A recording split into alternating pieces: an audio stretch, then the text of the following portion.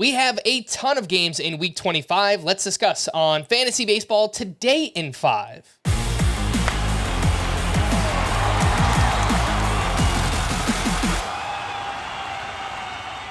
Welcome into FBT in 5 on Friday, September 8th. I am Frank Sanford, joined by Scott White.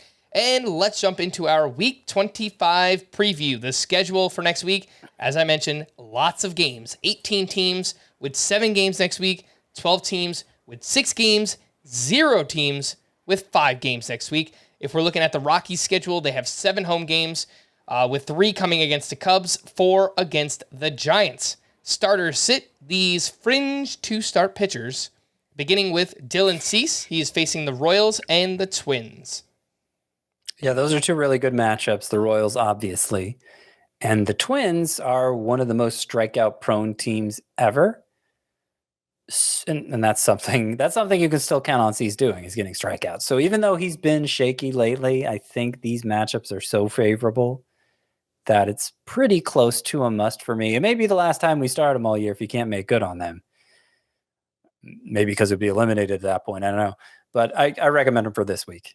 All right. What about Clayton Kershaw? He's been dealing with a shoulder issue. He's facing the Padres and at the Mariners. Yeah, I consider him less than a must-start moving forward since he is pitching through that shoulder stuff. But with 2 matchups, and pretty good matchups, I think you still got to run with him. All right, Alex Cobb, he's been pushed back this weekend, could start on Monday or Tuesday. He's facing the Guardians, and he's at Coors Field. Yeah, so very much up in the air if he makes 2 starts. The Giants are a mess every week with their probable pitchers. But under the presumption that Cobb does start twice, I think he's worthwhile in points leagues at least, despite that start at Colorado, and maybe avoids that start altogether and just goes against Cleveland. Braxton Garrett is at the Brewers and home against the Braves. I liked him more before his Thursday start. He was on a nice run, going 6 innings, pitching well. He didn't make it through the 4th Thursday, so that gives me some pause. And obviously that second matchup against the Braves is scary. You could do Braxton Garrett in a points league, but I wouldn't do him in a categories league. Carlos Rodon got rocked here on Thursday. He's at the Red Sox and at the Pirates next week. No thanks to that. Nathan Eovaldi is at the Blue Jays and at the Guardians. Can't trust him after the way that first start back from the IL went. Jordan Wicks has pitched well for the Cubs, but he's at Colorado and at the D-backs. Yeah, so not great matchups. And while he has pitched well, hardly any strikeouts in that second and third start. So I'm questioning how effective he'd be even with good matchups.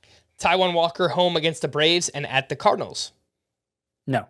And James Paxton home against the Yankees at the Blue Jays.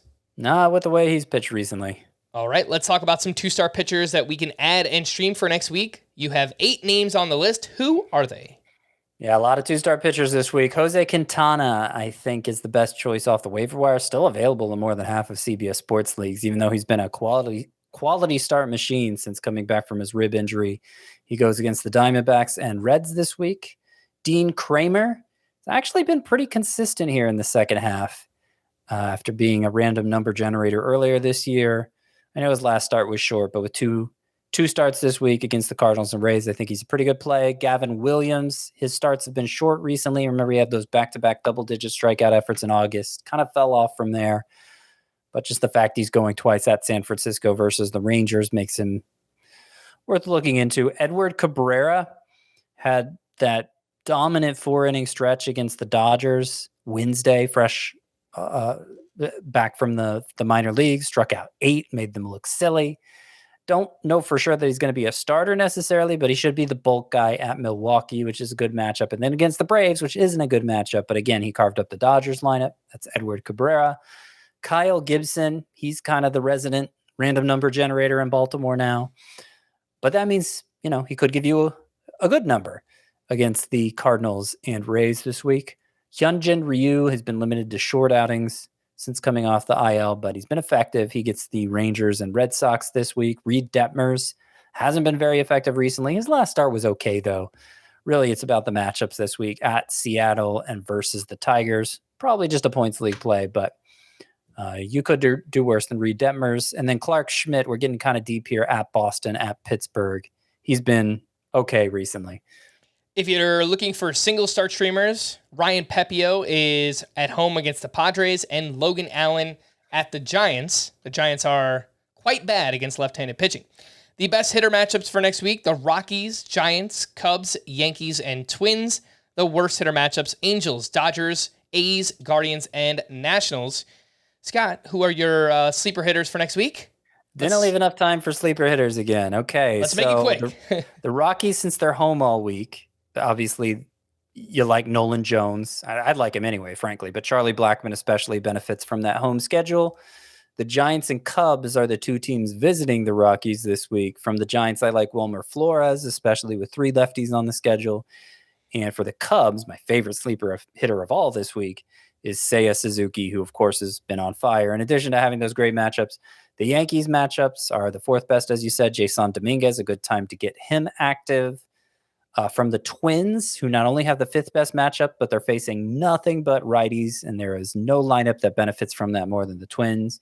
You could start Edward Julian. You could start Matt Wallner. You could start Max Kepler based on that. And Royce Lewis, lefties or righties, he's probably must start regardless. Also, Brian Hayes, I think the Pirates matchups are good enough to take advantage of his hot hitting. Sal Frelick with only 1 lefty on the schedule for the Brewers is a good play. And Nelson Velasquez, if you're looking for power.